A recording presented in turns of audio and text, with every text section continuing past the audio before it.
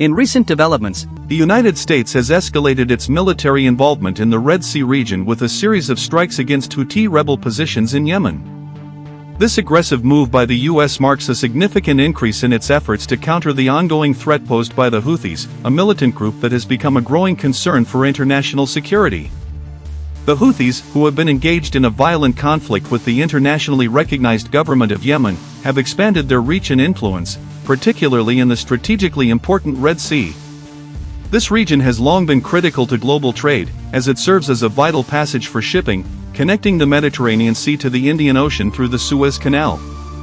The U.S. military's actions come in the wake of a controversial and bombshell admission by a Pentagon spokesperson, who acknowledged that the goal of these strikes was not to completely eliminate the Houthi threat. Rather, the strikes were aimed at limiting the group's operational capabilities in the region, weakening their ability to disrupt vital maritime routes, and preventing further attacks on high-value targets, including U.S. naval assets. This admission is significant, as it diverges from the traditional military approach that seeks to neutralize or completely dismantle enemy forces. Instead, the U.S. seems to be adopting a more targeted and limited strategy, aimed at curbing the Houthis' ability to conduct large-scale attacks while avoiding broader military confrontations. This shift in military strategy comes after a series of alarming incidents, including claims by the Houthis that they targeted the USS Harry Truman, an American aircraft carrier operating in the Red Sea. The attack, which the Houthis described as a retaliation against U.S. military support for Saudi Arabia, has further raised tensions between the U.S. and the rebel group.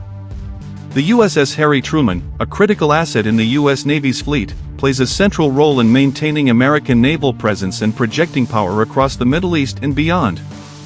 Any attack on such a vessel is seen not only as an assault on American military might but also as a challenge to the U.S.'s authority in a region where it has long held sway.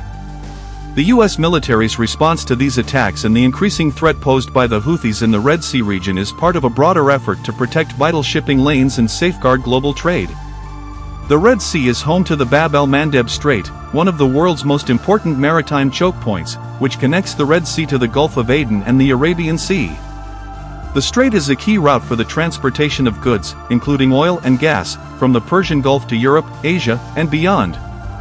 As such, any disruption to traffic through the Red Sea, particularly by a group like the Houthis, has far-reaching implications for global commerce.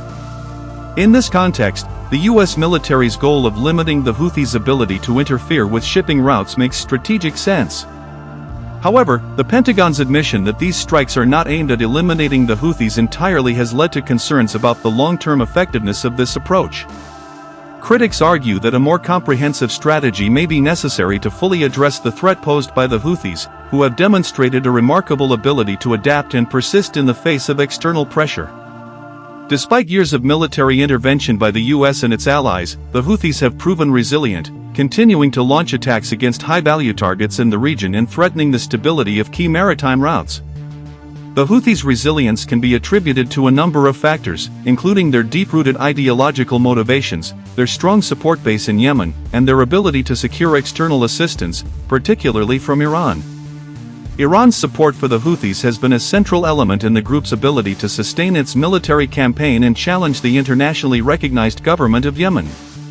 Iran has long viewed the Houthis as a strategic ally in its broader effort to exert influence in the Middle East, and its backing of the group has allowed the Houthis to strengthen their military capabilities, including the development of advanced weaponry and missile systems.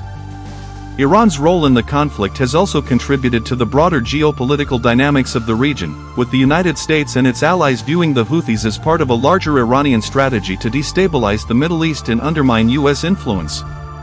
This has added another layer of complexity to the situation, as the U.S. has sought to curb Iranian influence in the region while also addressing the growing threat posed by the Houthis.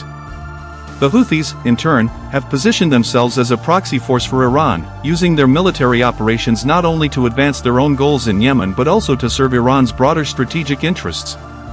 The attack on the USS Harry Truman serves as a stark reminder of the risks associated with the ongoing conflict in Yemen.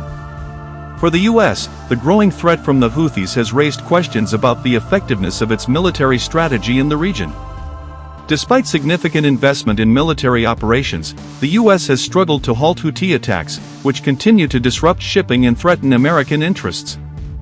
The inability to fully neutralize the Houthis, coupled with their increasing sophistication and resilience, has led some analysts to question whether the current approach is sustainable in the long term.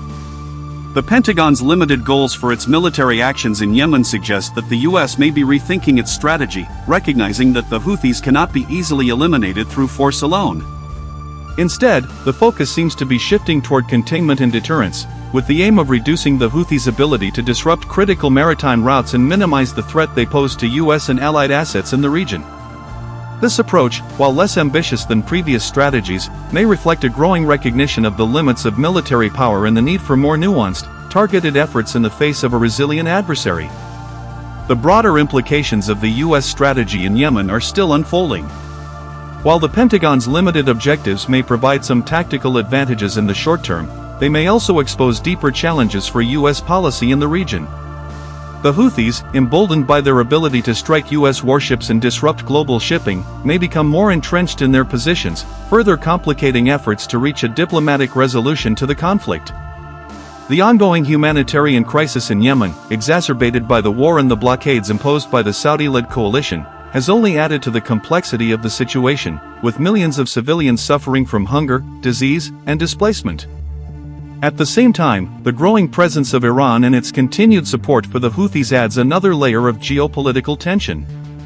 As the US seeks to maintain its influence in the region and curb Iranian power, the situation in Yemen remains a key point of contention.